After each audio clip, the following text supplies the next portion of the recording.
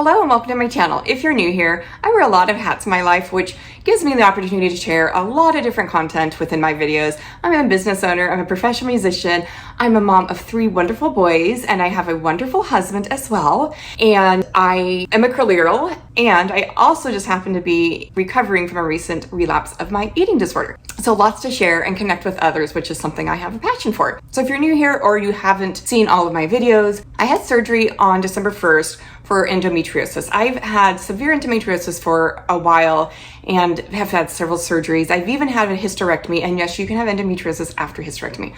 So I had surgery on December 1st for endometriosis, and I've had severe endometriosis. I've had several surgeries. So I've been having some complications. I have mentioned it in one of my videos, and I wanted to maybe talk about just a little bit more about that because my complications are still continuing. I'm going to have another surgery. Today is Thursday, January 14th. I'm going to have surgery on Tuesday the 19th. So I just saw my doctor yesterday, and she decided that the best route at this point would be to do another surgery. So I know that seems kind of vague. So I thought I would talk a little bit about that just to kind of explain, because I know I'm a curious person and I also am fine sharing some of my, I guess, TMI details. I had a radical hysterectomy 7 years ago. Like a month and a half later, I started hemorrhaging just out of nowhere. I had to go to the ER and they were scrambling, trying to figure things out. They did a surgery. They stitched the vaginal cuff up. So what is a vaginal cuff? So if you're not familiar, if you have a hysterectomy, they can leave things like they can leave your ovaries. I still have my ovaries, and that's been something I had to kind of fight for, but for many reasons, it's a whole nother video.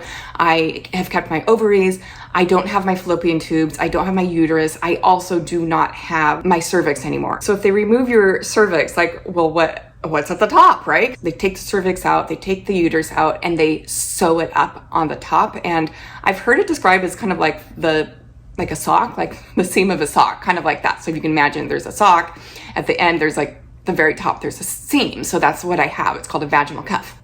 So I actually traveled out of state for 2 of my surgeries, one for severe endometriosis, adenomyosis, and then eventually to go have my hysterectomy. And it was with a very well-known surgeon who specializes in endometriosis and has really dedicated his life to that. So I was in really good hands. I had a really great surgery. I flew back up. Everything seemed to be fine. And about a month and a half after my hysterectomy, I started hemorrhaging. I still have monthly cycles because I have my ovaries, but I don't have any bleeding because I don't have a cervix anymore. So the fact that all of a sudden I was hemorrhaging, is not normal. So I went into the ER and actually saw my amazing doctor up here, who's now retired. They went in, they stitched things up. It was open a little bit, so they thought, well, maybe that just needed to be closed up, and things got better. And then like a month and a half later, I hemorrhaged again. Now this happened 3 times. I had 3 different surgeries. They finally did a cuff revision. They thought, well, maybe some of that tissue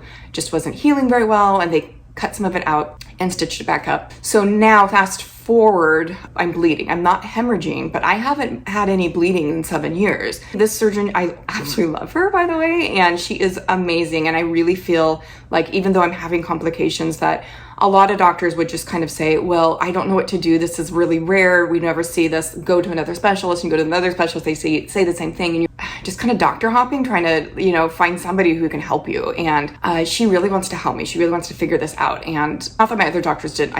Always have had really, really good medical care. I'm kind of like a enigma. I'm kind of like that patient that if it's rare or shouldn't happen, it's gonna it has. So I have a very complicated medical history. But fast forward, I'm bleeding. It's been going on for about a month, and it's not a lot. I'm not hemorrhaging, but that's kind of how it was last time too. So we don't want to get into the point where I am hemorrhaging if there is a risk of that and it's an emergency. So we're trying to plan out, like, how can I go on and have a better quality of life than I have right now? So the doctor has done silver nitrate. It seemed to, I can't see it, but it seems to maybe have helped the tissue look a little bit less angry, as she put it, but it's still not changing the defect. The defect, as she calls it, it sounds like my cuff is open partially.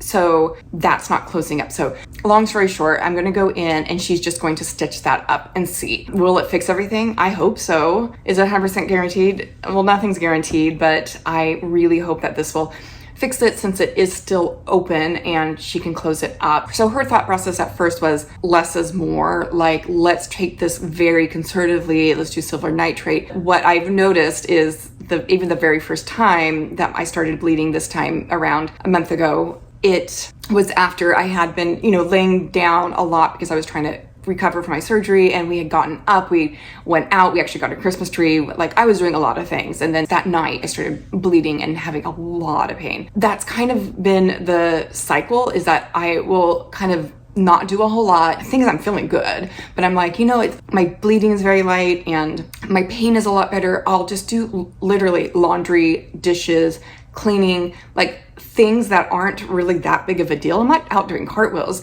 but it seems to be enough that just the bending and the lifting and the twisting and seems to be enough that is whatever happening down there. It's aggravating, it's opening it up, or it's not allowing it to heal. So it kind of sounds like maybe it's trying to heal, but anytime I do too much movement that really isn't even too much movement, it's very normal movement, which is very hard for me not to be doing a whole lot. So every time I do that, it opens it maybe up a little bit, it starts bleeding, and then a ton of pain. So that all kind of comes together. Then if I rest a little bit, it gets better. And then so this has been happening like, every week. So yeah, so that's what's going to happen. And I will just gotta keep you guys informed. Like I said, I've had a lot of really fun videos planned for this month, but I haven't I've been doing most of my work, even like just here from bed and on my computer. And, I have a pretty good little setup. I have my laptop and it's been working out fine. I just mentally, I'm having a really hard time not doing like all the things. And I'm not just like staying in bed all day either, like that. I'm getting up and doing things. I'm going up and down the stairs, but it's more like the cleaning is like the one thing that seems to really, I guess, trigger the bleeding and pain, whatever is going on. So please be praying for me that they can figure it out. And this will be just a really easy surgery. She'll go and just examine it and just put a stitch or a certain kind of stitch in there. And so it won't even be a long surgery or anything, but yeah, that'll happen Tuesday. So I'm just ready to, have a normal life. Trying to get things done. I've been working. I'm really tired. Like, I know that my body is trying to heal and all this stuff, but I'm exhausted. Like what I did yesterday, going to the doctor and back, the exam, and I had an ultrasound as well. They just wanted to make sure that there wasn't anything else going on, and everything was fine, except they did see on the ultrasound that kind of a mess of veins like all over the place. And so there could be some kind of vein, like maybe congenital thing. I've had a lot of hemorrhaging episodes in my life and after deliveries and stuff. So there could be something going on, but we don't know. Anyways, that's it. I have a pretty positive outlook on it. I am not having like expectations one way or another. I just feel grateful that at least I have a doctor and a surgeon who is really willing to try to figure this out, because I'm kind of a hard one to figure out.